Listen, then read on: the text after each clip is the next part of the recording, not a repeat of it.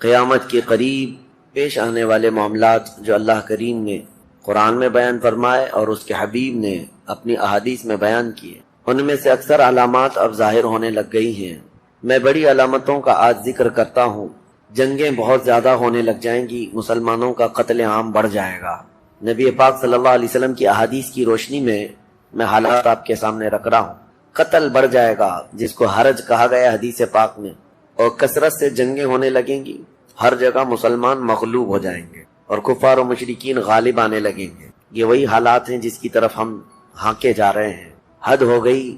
آج میں نے جب یہ دیکھا، اندور شہر کے چھوٹے چھوٹے بچے اسکول کے تیسری یا چوتھی جماعت میں جانے والے 4 لڑکے مل کر کسی مندر کے پاس جاتے ہیں، اس میں ایک مسلمان لڑکا، باقی 3 ہندو ہیں۔ مسلمان لڑکے کو انہوں نے کپڑے کھول کر کے پیٹنا شروع کیا، مارنے لگے۔ چھوٹی سی عمر کے بچے ہیں، اور اس کے بعد اس سے کہنے لگے کہ ہمارے بھگوان کا نام لینا شروع کر دیں۔ یہ چیز جو عام طور پر ہو رہی ہے بچوں میں منتقل ہو گئی، یہ زہر۔ پھر اس کے بعد معاملات بڑھے، ان تینوں کو بھی اریسٹ کیا گیا، گرفتار کیا گیا۔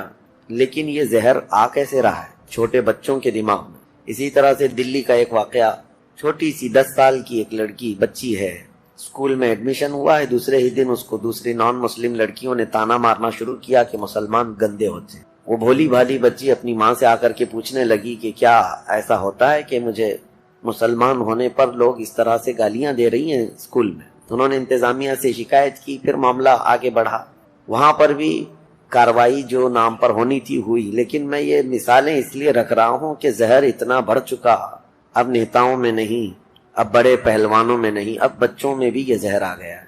اور یہی حالات روزانہ آپ کو دیکھنے ہیں۔ ابھی اس کے لیے آپ اپنے ذہنی طور پر تیار ہو جاؤ، منافقت مت کرنا۔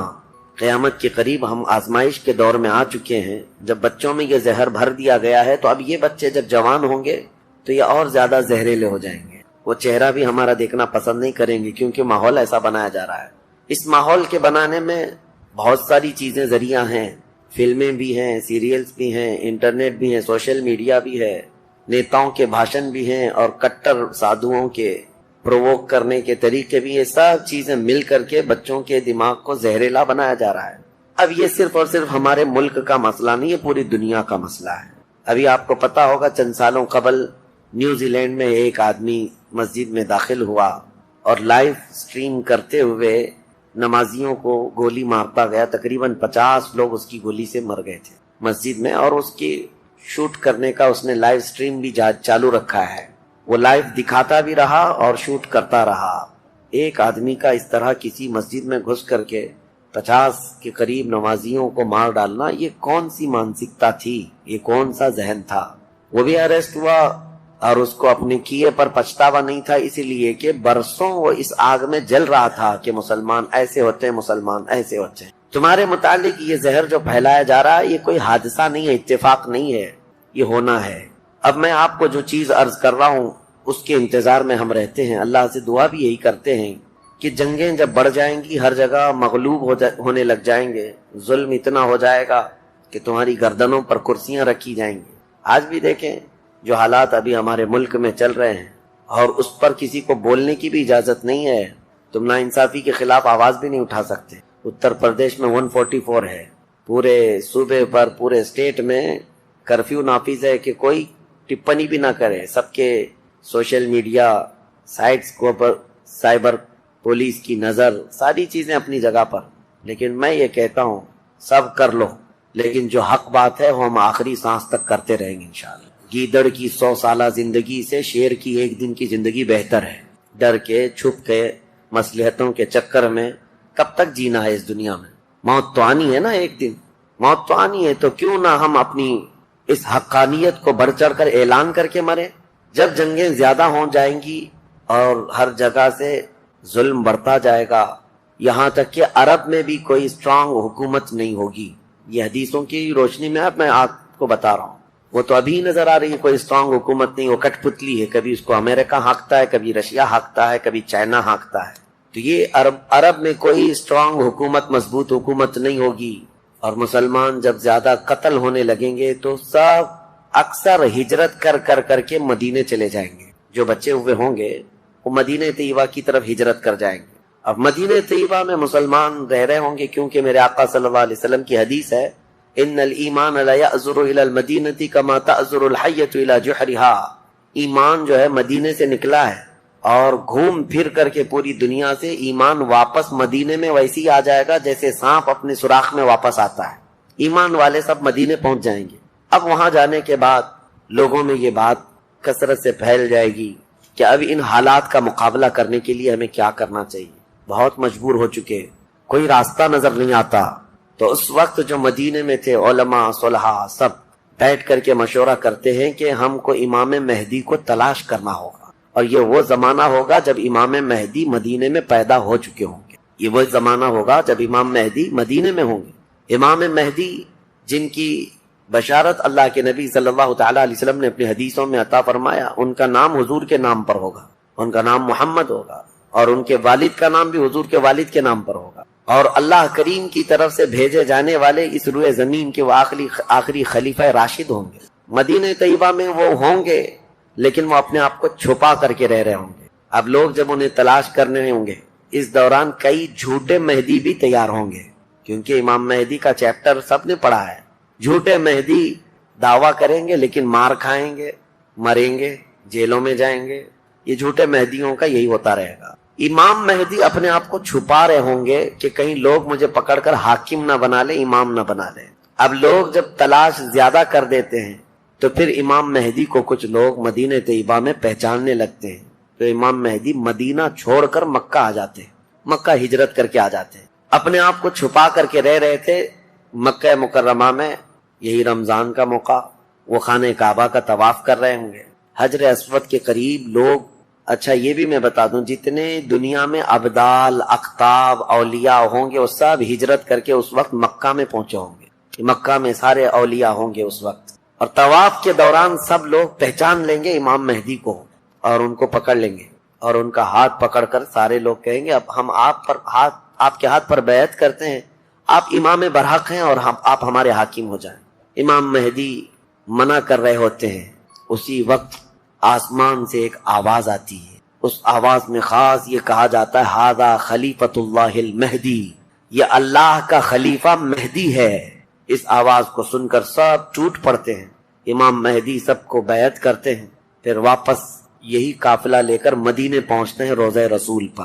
میرے آقا صلی اللہ تعالیٰ علیہ وسلم کی بارگاہ میں جب پہنچتے ہیں تو اہل مدینہ بھی ان کے ہاتھ پر بیعت کرتے ہیں، اور ایک پوری فوج تیار ہوتی ہے۔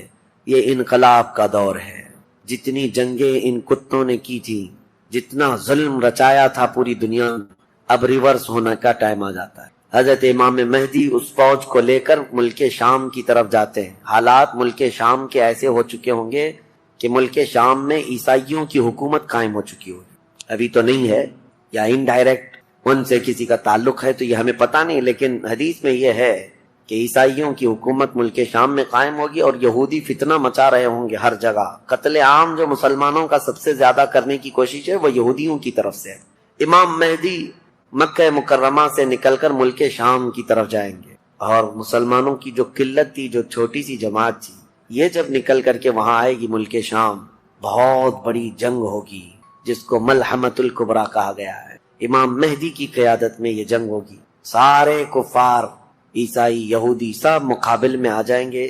ان کی تعداد جو حدیث میں بتائی گئی وہ 80 جھنڈوں کے نیچے آئیں گے، اور ہر جھنڈے کے نیچے 12,000 لوگ ہوں، اور یہ مسلمانوں کی نہیں ہے، یہ کفار و مشرکین کی۔ تقریباً یہ 9,60,000 کی تعداد بنتی ہے کفار و مشرکین کی، 9,60,000۔ مسلمانوں کی تعداد کتنی ہوگی یہ تو نہیں پتا۔ اس کے بعد جنگ جب شروع ہوتی ہے، پہلے دن مسلمانوں کا 1/3 حصہ میدان چھوڑ کر بھاگ جاتا ہے، جو کمزور دل تھے وہ چلے جائیں، اور ان کے متعلق کہا گیا ہے کہ یہ ایسے لوگ ہوں گے جن کی توبہ کبھی نہ قبول ہوگی، اور روئے زمین کے سب سے بدترین لوگ ہوں گے، وہ سب سے بدترین لوگ ہوں گے جو میدان چھوڑ کر بھاگ چکے ہوں گے۔ 1/3 دوسرے دن 1/3 شہید ہو جائیں گے، قتل ہو جائیں گے۔ تیسرے دن اللہ تعالیٰ اس مومنین کی قلیل جماعت کو فتح مبین عطا فرمائے، اور اس کے بعد ملک شام کے سارے انتظامات امام مہدی کے ہاتھ میں ہوں گے۔ دمشق جب وہ آئیں گے، دمشق کی جامع مسجد سے امام مہدی اپنے انتظامات و انصرامات کو سنبھالیں گے، پھر وہاں سے امام مہدی اسی فوج کو لے کر قسطنطنیہ جو موجودہ استنبول ہے اس کو فتح کرنے کے لیے نکلیں گے. اس وقت وہ بھی عیسائیوں کے ہاتھ میں ہوگا. اب جب امام مہدی یہاں آئیں گے صرف ایک ہی دن میں قسطنطنیہ یعنی استنبول فتح ہوگا، اور اس کی بھی کیفیت بتائی گئی ہے، مسلمانوں کے صرف نعرے تکبیر سے فتح ہوگا، صرف اس لیے کہ ایسی ہیبت طاری ہوگی ان کفار و مشرکین کے دلوں میں. پورا شہر فتح ہوگا. امام مہدی یہ شہر فتح کر کے واپس ملک شام آئیں گے، دمشق میں آئیں گے. اب یہ وہ وقت ہوگا جب امام مہدی مسجد سے انتظامات و انصرامات سنبھال رہے ہیں، اور کثیر جنگیں اس وقت بھی ہوں گی، لیکن ہر جنگ میں اللہ تعالیٰ امام مہدی کو فتح عطا فرمائے گا، ہر جنگ میں. اور یہودی دسیسہ کاری کر رہے ہوں گے، امام مہدی کو ختم کرنے قتل کرنے کی بہت کوششیں کر رہے ہوں گے. پھر امام مہدی ان یہودیوں سے لڑتے رہیں گے. اس وقت اللہ کی بارگاہ میں امام مہدی بھی دعا کرتے ہیں کہ مولا ان ظالموں سے ہمیں نجات عطا فرما. اور یہودی بھی جگہ جگہ اس بات سے پریشان ہوں گے کہ امام مہدی نے ان کا بیڑا غرق کر رکھا ہے، جہاں جاتے مقابل میں یہ شکست کھاتے ہیں، مر جاتے ہیں، اور ان کے مقابل میں کوئی آ نہیں پا رہا ہے. تو پھر ایران کے ایک علاقے میں یہ یہودی کثرت سے دعا میں مشغول ہوں گے. یہ وہ زمانہ ہوگا جب عراق اور شام کے بیچ میں دجال ظاہر ہوگا. دجال جس کے متعلق حدیث پاک میں تفصیلاً بہت ساری باتیں آئی ہیں. دجال آئے گا، وہ ایک آنکھ سے کانا ہوگا، آنکھیں دونوں ہوں گی، ایک آنکھ اس کی نظر آئے گی، اور اس کی آنکھ کے کنارے کافر لکھا ہوا ہوگا جس کو مسلمان دیکھ کر پہچان لیں گے. اور وہ بڑا بھاری بھرکم طاقتور ہوگا، اور اللہ تعالیٰ اس کو بہت سارے خارق عادات چیزیں عطا کرے گا. وہ ظاہر ہوگا اور سب سے پہلے یہودیوں میں آ کر کے ہی بیعت لے لے گا، یعنی اپنے آپ کو پہلے رسول بنائے گا.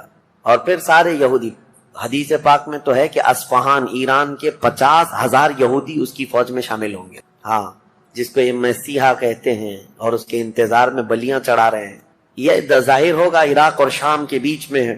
اور پھر یہ سب یہودی دجال کی فوج میں شامل ہوں گے. دجال ایسے نکلے گا روئے زمین پر، حدیث پاک میں یہ سب ملتا ہے کہ وہ آسمان سے گاہے گا تو آسمان سے بارش برس جائے گی، زمین سے سبزہ نکلنے لگے گا، کسی کو مار کے دوبارہ زندہ کر کے دکھائے گا.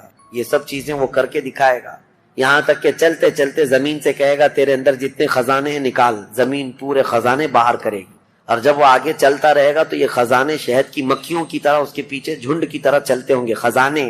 اور دنیا کے لالچی لوگوں کو ایک سکہ ہی چاہیے بس، جس کے پاس مال ہے اس کے پیچھے غلامی. بہت بڑا فتنہ ہوگا، بہت بڑی آزمائش ہوگی. لیکن جو ایمان والے ہیں، حدیث میں ہے، اس دن بھی وہ نہیں بہکیں گے، اس دن بھی وہ نہیں بہکیں گے. وہ غضب کا ایمان ہوگا ان لوگوں کا. حضور صلی اللہ تعالیٰ علیہ وسلم نے فرمایا دجال کے فتنے سے مقابلہ کرنے والے جو مومن ہوں گے نا، اس کا فتنہ دیکھ کر کے بھی ایمان پر قائم ہوں گے، ان کے لیے حضور نے فرمایا وہ بغیر حساب کے ہی جنت میں جائیں گے. ان کا حساب نہیں ہوگا، وہ بنا حساب کے جنت میں جائیں گے. تو دجال روئے زمین پر گھوم رہا ہوگا اور فتنہ مچا چکا ہوگا. پہلے تو رسول کہتا رہا، اس کے بعد پھر خدائی کا دعویٰ کرے گا کہ میں خدا ہوں. اس کی خدائی کو ماننے والے وہ یہودی بھی ہوں گے، عیسائی بھی ہوں گے، بہت سارے مسلمانوں میں بھی گمراہ ہو چکے ہوں گے. جن کا پہلے سے ایمان مضبوط نہیں تھا وہ اس کے پیچھے چل پڑیں گے. وہ ہزاروں کی تعداد میں لوگوں کو کافر بنا چکا ہوگا. میرے عزیزو، دجال تو بہت بڑی بڑی چیزیں دکھا رہا ہے، آسمان سے بارش برسا کر کے، زمین سے سبزہ اگا کر کے. اور اس وقت کئی لوگ گمراہ ہو جاتے ہیں. یہاں تو چھوٹی موٹے باباؤں کے پیچھے گمراہ ہوتے ہیں. آج تو چٹھی نکال کر دکھا رہا ہے بابا، تو بھیڑ لگ چکی ہے کہ تم کیا کھائے ہو، کیا پیے ہو، کیا سوچ رہے ہو، چٹھی میں نکال کر کے دکھاؤں گا. چٹھی والے بابا کے پیچھے ہی ہزاروں چلے جاتے ہیں، تو دجال والے بابا کے پیچھے کتنے جائیں. لیکن حدیث پاک کی روشنی میں مفسرین نے، محدثین نے فرمایا کون لوگ اس دن محفوظ رہیں گے، کون لوگ اس دن محفوظ رہیں گے. دجال کی شکل جیسی بھی ہو، لیکن وہ جو چیزیں خارق عادات دکھا رہا ہوگا لوگ اچنبے سے دیکھ رہے ہوں گے. اچھا ایک بات اور بھی بتا دوں، آپ گھر میں بیٹھے ہوں، کوئی مسجد میں ہوں گے، شور آئے گا کہ وہاں پر خدا اتر پڑا ہے، نعوذ باللہ من ذالک، اور عجیب و غریب چیزیں دکھا رہا ہے. آسمان کو کہہ رہا ہے تو آسمان بارش برسا رہا ہے، زمین کو کہہ رہا ہے تو زمین خزانے نکال رہی ہے. کچھ لوگ جو گھر میں بیٹھے ہوں گے، توجہ، یہ بہت اہم بات کہہ رہا، کہیں محفل میں ہوں گے، مسجد میں ہوں گے، جب یہ شور آئے گا تو کچھ کہیں گے کہ چلو ہم بھی جا کر دیکھ کے آتے ہیں. تو کچھ لوگ یہ کہہ کر کے اٹھیں گے اور جا کر کافر ہو جائیں گے. اور کچھ لوگ وہ ہوں گے جو جیسے سنیں گے اپنے آپ کو گھر میں ایسے مضبوط بند کر لیں گے کہ ان کو ہوا آنے کی بھی خواہش نہ رہے، اس طرح اپنے آپ کو محفوظ کر لیں گے۔ اور بزرگوں نے لکھا ہے کہ اس وقت اس کے فتنے عروج پر ہوں گے، لوگوں میں صرف اور صرف چرچا یہی ہوگا۔ اسی لیے میں اکثر یہ میڈیا کو دجالی میڈیا کہتا ہوں، اس کی وجہ یہی ہے کہ دجال کے آدھے سے زیادہ کام یہ میڈیا والے کرتے ہیں، سب جگہ پھیلائیں گے افواہیں، بہت جھوٹ کو سچ کر کے دکھاتے رہے، سچ کو جھوٹ کر کے دکھاتے رہے، یہ میڈیا یہی سب کام کرتی رہے گی۔ اس وقت کون لوگ محفوظ رہیں گے؟ بزرگوں نے لکھا ہے دجال کے قریب بھی جائے گا کوئی بندہ لیکن اس کو دیکھ کر نہیں گمراہ ہوگا، تو یہ کون ہوگا؟ جس کا سینہ حضور کی محبت سے بھرا ہوگا، یہ وہی ہوگا جس کے لیے اعلیٰ حضرت نے فرمایا نا، تیرے قدموں میں جو ہیں غیر کا منہ کیا دیکھے، حضور کے قدموں میں جو پڑے ہیں وہ غیر کا منہ کیا دیکھیں، کون نظروں میں جچے دیکھ کے تلوا تیرا۔ اب یہ دجال گھومتا ہوا جب فتنہ بہت برپا کر چکا ہوگا، مکہ جائے گا، پہلے یہ یمن جائے گا، یمن میں بھی بہت فتنہ پھیلائے گا، اس کے بعد پھر مکہ آئے گا، مکہ کی سرحدوں کو اللہ تعالیٰ فرشتوں سے محفوظ کر رکھا ہوگا، فرشتے اسے داخل ہونے نہیں دیں گے، ماریں گے اور داخل نہیں ہو سکے گا۔ پھر مدینہ جائے گا، مدینہ طیبہ اپنی پوری فوج لے کر کے داخل ہونے کی، 2 شہروں کے علاوہ پوری دنیا کے ہر شہر گھومے گا، ہر شہر گھوم چکا ہوگا 2 شہروں کے علاوہ، مکہ مکرمہ، مدینہ طیبہ۔ مدینہ طیبہ کے سرحد پر آئے گا، وہاں پر بھی اللہ کے فرشتے پہرا دے رہے ہوں گے، میرے مصطفیٰ کا شہر ہے، دجال نہیں آ سکتا۔ لیکن اس کا شہرہ جب مدینے کے باہر بہت پھیل چکا ہوگا، مقام جرف ایک جگہ ہے، وہاں تک وہ پہنچ چکا ہوگا، جہاں آج بادشاہ نے ایک پیلس بنایا ہوا ہے، ان لوگوں نے ایک پیلس بنا کر رکھا ہے وادی جرف میں، وہاں تک پہنچے گا تو مدینہ طیبہ کے ایک عالم وہ جائیں گے، اس سے مناظرہ کریں گے، ڈیبیٹ کریں گے، صرف مناظرے کے کرنے کی وجہ سے اس عالم دین کو وہ قتل کر دے گا، قتل کر کے اس کے بعد پھر ان کو دوبارہ زندہ کرے گا، اور اس کے بعد کہے گا کہ دیکھا میری طاقت۔ اس عالم دین کا کہنا ہوگا اب تو مجھے تیرے دجال ہونے پر اور زیادہ یقین ہو گیا، اس لیے کہ میں نے میرے مصطفیٰ سے سنا ہے، وہ مار کر کے دوبارہ زندہ کرے گا۔ اور اس عالم کا دوسرا چیلنج یہ ہوگا کہ میں نے اپنے حبیب سے ایک اور بات سنی ہے، اب کی بار اب تو مار کر کے دکھا۔ دوسری بار حدیث پاک میں ہے دوسری مرتبہ اس عالم کو قتل کرنے کی 1000 کوشش کرے گا لیکن مار نہیں سکے گا۔ وہ عالم ربانی بیان کریں گے، اللہ کے نبی صلی اللہ علیہ وسلم کی بیان کی ہوئی علامات یہی ہیں، ایک بار قتل کر کے اٹھائے گا لیکن دوبارہ وہ مار نہیں سکے گا۔ یہ فتنہ پھیلا ہوگا دجال کا، اور یہ گھومتے پھرتے ملک شام پہنچے گا جہاں امام مہدی ہوں گے۔ امام مہدی یہودیوں سے جنگ کرتے کرتے اور دجال کے فتنوں سے فیس کرتے کرتے وہاں پر ہوں گے، ملک شام میں، دمشق میں، دعا کر رہے ہوں گے اللہ ان کے فتنوں سے بچا۔ ایک عصر کی نماز ہوگی، جب امام مہدی نماز کے لیے جا رہے ہوں گے، 2 فرشتوں کے پروں پر ہاتھ رکھتے ہوئے سیدنا عیسیٰ علیہ السلام اتر جائیں گے۔ حضرت عیسیٰ علیہ السلام اب بھی باحیات ہیں آسمانوں پر، اللہ کریم ان کو اتارے گا، وہ آئیں گے۔ حضرت امام مہدی فوراً ہی حضرت عیسیٰ علیہ السلام کو پہچان لیں گے اور آپ کا ہاتھ پکڑ کر کے وہ لائیں گے، اور امامت کے لیے جب وہ آگے بڑھائیں تو عیسیٰ علیہ الصلوۃ والتسلیم نماز نہیں پڑھاتے، امام مہدی سے کہتے ہیں امام آپ ہی ہوں گے، حاکم آپ ہی ہوں گے، منتظم آپ ہی ہوں گے۔ اب عیسیٰ علیہ السلام یہ بیان فرمائیں گے میں تو صرف اور صرف دجال کے قتل کے لیے آیا ہوں۔ اس کے بعد امام مہدی نماز سے فارغ ہو کر اللہ کا شکر بجا لائیں گے، پھر یہ عیسیٰ علیہ السلام کی معیت میں جیسی باہر نکلیں گے، حدیث پاک میں ہے عیسیٰ علیہ السلام کی سانس یا ان کی خوشبو جہاں تک جائے گی دجال اتنا تیز پگھلتا چلا جائے گا، قریب نہیں آ پائے گا۔ اب وہ ادھر ادھر بھاگا پھر رہا ہوگا عیسیٰ علیہ السلام کے خوف سے۔ عیسیٰ علیہ السلام جس وقت آئیں گے وہ سنہرا دور حدیث پاک میں ہے، اب عیسیٰ علیہ السلام صلیب کو توڑ دیں گے کہ عقیدہ ختم کرو، خنزیر کو ماریں گے، جزیہ ختم کریں گے، اور اس کے بعد عیسیٰ علیہ السلام اس ملعون دجال کو بھگاتے بھگاتے مقام لد پر لے جائیں گے جو آج اسرائیل میں ہے، وہاں تک لے کر جائیں گے مقام لد پر۔ عیسیٰ علیہ السلام اس کو اپنے تیر سے ماریں گے، ختم ہو چکا ہوگا۔ دجال کے جتنے ہمراہی تھے ان کو بھی عیسیٰ علیہ السلام ختم کر دیں گے۔ اب جب واپس عیسیٰ علیہ السلام دمشق پہنچیں گے، ملک شام، تو حدیث پاک میں پوری روئے زمین پر ایک بھی کافر نہیں ہوگا، جو ہوگا وہ مسلمان ہوگا۔ یہ وہ وقت ہے جس کا وعدہ اللہ نے قرآن میں فرمایا هو الذی ارسل رسولہ بالہدی ودین الحق لیظہرہ علی الدین کلہ، وہی اللہ ہے جس نے اپنے رسول کو ہدایت کے ساتھ بھیجا ہے تاکہ اپنے دین کو ساری دنیا پر غالب کرے۔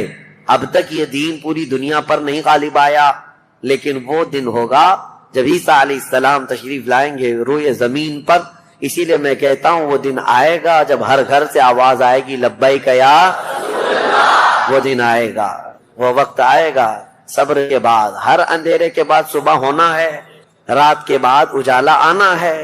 ہاں آج جو حالات ہیں انشاءاللہ العزیز کچھ دیر کی خاموشی ہے، پھر شور آئے گا۔ آج کتوں کا وقت ہے، کل ہمارا دور آئے گا انشاءاللہ العزیز۔ میرے عزیزو، سیدنا عیسیٰ علیہ السلام جب اسے قتل کر چکے ہوں گے اور پھر روئے زمین پر صرف پرچم اسلام لہرا رہا ہوگا، امام مہدی کی عمر 49 سال یا 50 سال کے آس پاس ہوگی، وہ بیت المقدس میں انتقال کر چکے ہوں گے۔ آپ کی جنازہ کی نماز عیسیٰ علیہ السلام پڑھائیں گے، وہیں دفن ہوں گے۔ پھر عیسیٰ علیہ الصلوۃ والتسلیم مومنین کو لے کر مدینہ طیبہ کا رخ کریں گے۔ جب نبی پاک صلی اللہ علیہ وسلم کے روضے کے پاس عیسیٰ علیہ السلام آئیں گے، عیسیٰ علیہ السلام نکاح بھی فرمائیں گے، آپ کی اولاد بھی ہوں گی، لیکن مدینہ طیبہ میں آپ کا انتقال ہوگا اور میرے آقا کے حجرے میں دفن ہوں گے۔ حضور صلی اللہ علیہ وسلم کا حجرہ روضہ مبارکہ، اس میں ایک جگہ عیسیٰ علیہ السلام کی باقی ہے، سیدنا عیسیٰ علیہ الصلوۃ والتسلیم وہاں دفن ہوں گے۔ لیکن ایک بات میں آپ کو بتا دوں، عیسیٰ علیہ الصلوۃ والتسلیم اس وقت بھی نبی ہی رہیں گے، ان کا جو منصب نبوت ہے وہ ہے، لیکن شریعت ان کی نہیں چلے گی، میرے مصطفیٰ کی شریعت صرف میرے مصطفیٰ کی ہوگی۔ اس لیے کہ جس دن میرے آقا پیدا ہوئے اس دن سے لے کر قیامت تک صرف ایک ہی سکہ چلنا ہے، آئی نئی حکومت سکہ نیا چلے گا، عالم میں رنگ بدلا صبح شب ولادت۔ عیسیٰ علیہ الصلوۃ والتسلیم کے انتقال کے بعد اب کیا ہوگا؟ اب کیا ہوگا؟ آپ دفن ہو چکے ہوں گے، قیامت قریب آ چکی ہوگی۔ اب اس کے بعد معاملہ یہ ہوگا کہ اللہ تبارک و تعالی قوم یاجوج ماجوج کو پیدا کرے گا۔ ہاں اس میں بیچ میں ایک روایت یہ بھی ہے کہ عیسیٰ علیہ السلام کو اللہ تبارک و تعالی حکم فرمائے گا کہ میں ایک ایسی قوم بھیج رہا ہوں جو دنیا میں فساد مچائے گی، جو مومنین ہیں ان کو لے کر کوہ طور پر چلے جائیں۔ عیسیٰ علیہ السلام کوہ طور کی طرف مومنین کو لے کر جائیں گے، لیکن اس وقت زمین پر یاجوج ماجوج ایک قوم ہے، یہ دو لوگ نہیں ہیں۔ بہت سارے لوگوں کے ذہن میں ایسی بات آتی یاجوج ماجوج دو آدمی ہوں گے، دو آدمی نہیں، یہ بہت بڑی فوج ہے، بہت بڑی فوج ہے، اور یہ ابھی موجود ہے۔ یافس بن نوح کی اولاد میں سے یہ ایک جزیرے میں قید ہے، وہ واللہ عالم، لیکن قرآن میں 16ویں پارے میں اس کا ذکر ہے کہ حضرت سکندر ذوالقرنین نے ایک لوہے کی پگھلا کر کے پہاڑوں کے بیچ دیوار بنا کر ان کو قید کر رکھا، یہ قوم آ نہیں سکتی۔ لیکن قیامت کے قریب وہ سد سکندری جو باندھی ہوئی دیوار ہے وہ ٹوٹ کر گر جائے گی، یاجوج ماجوج پورے باہر نکل آئیں گے، اور جیسے آئیں گے وہ جس ندی کے کنارے سے گزریں گے پورا پانی پی جائیں گے، وہ جو درخت ملے جو کچھ بھی ہو سب کھا جائیں گے، کچھ بھی نہیں، یہاں تک کہ یہ وہ زمانہ ہوگا حضرت عیسیٰ علیہ السلام ابھی موجود ہوں گے، ان کے انتقال سے پہلے ہی یہ یاجوج ماجوج آئے۔ ایک بیل کا سر جو ہے 100 دینار میں مل رہا ہوگا، 100 سونے کے سکے، اور اس کو بھی لوگ غنیمت سمجھیں گے، اتنی مہنگائی کوئی چیز ہی نہیں مل رہی ہوگی، سب یہ کھا کر چٹ کر چکے ہوں گے۔ پھر عیسیٰ علیہ السلام کی دعا سے ہی اللہ کے نبی عیسیٰ علیہ السلام یہ عرض کریں گے مولا اس ظالم یاجوج ماجوج سے ہمیں نجات عطا کر۔ اللہ تبارک و تعالیٰ ایک بیماری ان کی گردن میں پیدا کرے گا، وائرس آئے گا ان کو بھی، یاجوج ماجوج کو، اب اللہ عالم اس وقت کا کون سا کورونا ہوگا کون سا آئے گا، لیکن اس وائرس سے ایک ہی دن میں وہ پوری فوج مر جائے گی، اور مرنے کی وجہ سے پوری روئے زمین پر اتنی بدبو پھیل جائے گی، تعفن، اٹھانے والا کوئی نہیں ہے ان کی لاشیں۔ تو پھر یہ بھی ملتا ہے روایت میں کہ اللہ تعالیٰ لمبی بڑی گردنوں والے پرندے بھیجے گا، وہ پرندے ان کی لاشیں اٹھا کر کے جنگلوں کی طرف چلے جائیں گے، پھر اللہ تعالیٰ بارش برسائے گا، اتنی تیز بارش برسے گی کہ پوری زمین پاک ہو چکی ہو، یاجوج ماجوج کا فتنہ ختم ہوگا، عیسیٰ علیہ السلام کا انتقال ہوگا، پھر اچانک ایک جانور باہر آئے گا جس کو دابۃ الارض کہا گیا ہے، یہ آئے گا، یہ آ کر کے اپنے ایک ہاتھ میں موسیٰ علیہ السلام کا عصا اور ایک ہاتھ میں سلیمان علیہ السلام کی انگوٹھی، یہ دونوں لے کر کے زمین پر گھومتا رہے گا۔ جو مومن ہوگا اس کی پیشانی پر سلیمان علیہ السلام کی انگوٹھی سے نشان لگا دے گا. جو کافر ہوگا موسیٰ علیہ السلام کے عصا سے اس پر لکیر کھینچ دے گا. جس کے لیے وہ نشانی لگا دیا وہ اسی حالت میں مرے گا. اور اس کے بعد پھر حدیث پاک میں ہے دابت الارض چلا جائے گا. پھر ہوگا یہ کہ ایک دن لوگ تھک کر کے سوئے ہوں گے, دھواں دھواں نظر آتا رہے گا, ہر جگہ دھواں دھواں, لوگ پریشان ہوں گے. اور اس کے بعد سوئیں گے تو رات اتنی لمبی ہوگی کہ لوگ اکتا جائیں گے, سو کر اٹھیں گے پھر سوئیں گے, سو کر اٹھیں گے پھر سوئیں گے. بچے جو ہے چیخ مارتے رہیں گے, اور پھر جانور اپنی کھیتیوں کی طرف بھاگنے کے لیے بے قرار ہوں گے. لیکن رات لمبی ہوگی, 3 راتوں کے برابر ایک رات ہوگی, 3 بڑی راتوں کے برابر ایک رات کٹتی نہیں ہوگی. لوگ تھک چکے ہوں گے سو کر کے. اس کے بعد پھر اچانک چھوٹی چھوٹی روشنی آئے گی سورج کی. لوگ چیخ مارتے ہوئے خوشیوں سے باہر آ جائیں گے کہ اجالا آ گیا. پہلے تو لوگوں کو یہ لگ رہا تھا کہ اب اندھیرا ہے, اب سورج آئے گا ہی نہیں. لیکن جیسی روشنی آنے لگے گی سب بھاگ کر کے باہر آئیں گے. لیکن دیکھیں گے اس وقت تو سورج جو ہے پچھم کی طرف سے نکل رہا ہوگا. ابھی سورج کہاں سے نکلتا ہے؟ پورب, ایسٹ سے نا, مشرق سے. اس دن سورج ویسٹ کی طرف سے, مغرب کی طرف سے نکل رہا ہوگا, پچھم کی طرف سے. پہلے ہلکا ہلکا نکلے گا سورج. یہ دیکھ کر کے جو لوگ بہت لمبا سو کر کے آئے ہوں گے گھبرا جائیں گے کہ آج کیا ہوا. یہ وہ دن ہوگا کہ میرے آقا نے فرمایا توبہ کا دروازہ بند ہو چکا ہوگا. اس کے بعد پھر کسی کا ایمان بھی قبول نہیں, کسی کی توبہ بھی قبول نہیں. یہ لاسٹ دن ہے توبہ کا. لاسٹ دن کیا, اس سے پہلے جو گزری رات لاسٹ تھی. سورج نکل کر کے آئے گا دھیرے دھیرے دھیرے. اس کے بعد دوپہر کا وقت جتنا ہوتا ہے اتنے وقت تک وہ آئے گا, اور اس کے بعد پھر واپس مغرب کی طرف ہی چلا جائے گا. ایسا نہیں کہ پچھم سے نکل کر کے پورب میں ڈوبے گا. آدھے تک آئے گا دوپہر تک, اور اس کے بعد سورج پھر اپنے معمول کے مطابق جیسی روٹین ہے واپس پھر پچھم کی طرف چلا جائے گا, ڈوب جائے گا. یہ آخری دن ہے. اب کسی کا ایمان کام نہ کرے گا, اب کسی کی توبہ کام نہ کرے گی. اب معاملات کیا ہوں گے؟ دھیرے دھیرے مومنین کا انتقال شروع ہوگا. تو نئے مومن نہیں ہوں گے, مومن انتقال کرتے جائیں گے, حکومتیں پھر سے ختم ہو جائیں گی.